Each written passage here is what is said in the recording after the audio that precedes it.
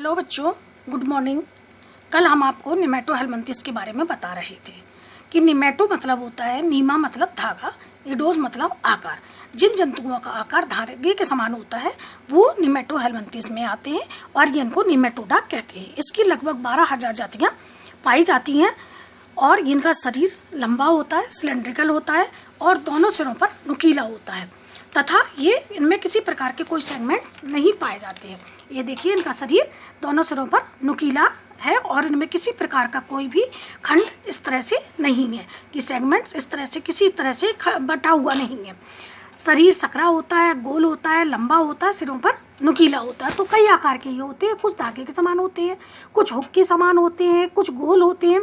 तो अलग अलग तरह के जंतु इसमें होते हैं और इसमें सीधी आहार नाल पाई जाती है जो मुख होता है से लेकर गुदा तक पाई जाती है और दोनों सिरों पर छिद्र के द्वारा पाई जाती है। जैसे यहाँ पर माउथ है और यहाँ पर गुदा है, ठीक है। तो दोनों सिरों पर माउथ और एनस पाई जाती हैं जो दोनों अपोजिट सिरों पर पाई जाती हैं।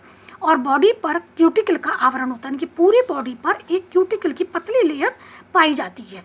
एक सिरे पर इसमें चिपचिपी ग्लैंड्स पाई जाती हैं और दोनों सिरों में से एक सिरे पर इनमें चिपचिपी ग्लैंड्स पाई जाती हैं जिसके कारण ये किसी भी ठोस वस्तु से चिपक के रह जाती हैं। उत्सर्जन तंत्र इसमें सरल होता है लेकिन श्वसन तंत्र और परिसंचरण तंत्र नहीं पाया जाता है, ठीक है। जनन तंत्र इसमें विकसित होता है। मेल और फीमेल दोनों के जनन तंत्र अलग अलग होते हैं क्योंकि इसमें मेल और फीमेल ऑर्गन्स भी एनिमल भी अलग अलग पाए जाते हैं। मेल इसमें छोटा होता है और फीमेल लंबा होता है। मेल थोड़ा सा मुड़ा हुआ होता है, फीमेल दोनों किनारों पर नुकीला और लंबा होता है। परजीवी जंतु होते हैं, ये अंतःपरजीवी होते हैं। गोलकृमि आंत में पाया जाने वाला, हुक्कृमि, गोलकृमि ये मनुष्य की आंत में पाए जाते हैं, ठीक है। इसमें एंटेरोबियम बर्मिकुलेरिया एक रोग होता है जो हम लोग कॉमन नाम इसका चुन्ना होता है, जो बच्चों में बहुत पाया जाता है। छोटा गोलकृमि जिसको कहते हैं, ये सफ़ेद रंग का होता है। मेन इसमें आती है एस्केरिस, जिसको इसका नाम है लुम्बिक्राइडिस, इसको एस्केरिस कहते हैं। एस्केरिस ही आंत में कीड़े के रूप में पाई जाती है। आप लोग सामान्य भाषा में इसको केंचुआ बोलते हैं कि पेट में केंचुआ है, जबकि ये केंचुआ नहीं, ये एस्केरिस होती है और ये लंबी पतली सफ़ेद रंग की होता है। जिसके पेट में ये होते हैं एस्केरिस, उनको ब्लड की कमी हो जाती है और उसको एनीमिया रोग कहते हैं। फाइलेरिया रोग भी इन्हीं के द्वारा होता है, इन्हीं की एक बूचेरिया जाति होती है, उसके द्वारा फाइलेरिया रोग होता है। ट्राइकिनोसिस रोग भी इन्हीं में एक जाति के द्वारा होता है, इनकी लगभग 12,000 जातियाँ पाई जाती हैं।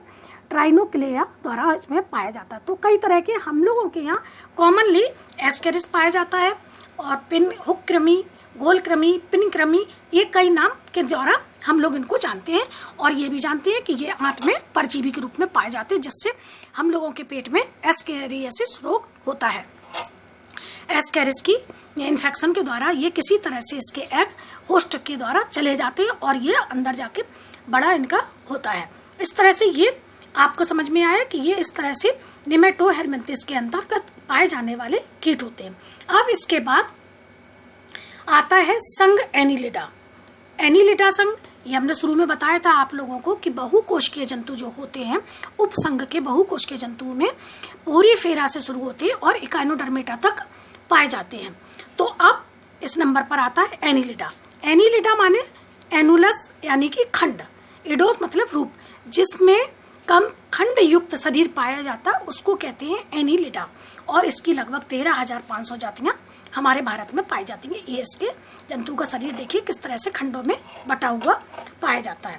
ये वास्तविक जंतु होते हैं क्योंकि इनका शरीर लंबा होता है, सिलेंड्रिकल होता है और खंडों में बटा हुआ होता है। खंड ये नहीं कि ऊपर से ही बटे हो, इसका खंड अंदर तक भी बटा हुआ होता है, इसको मेटामेरिक खंडन कहते हैं।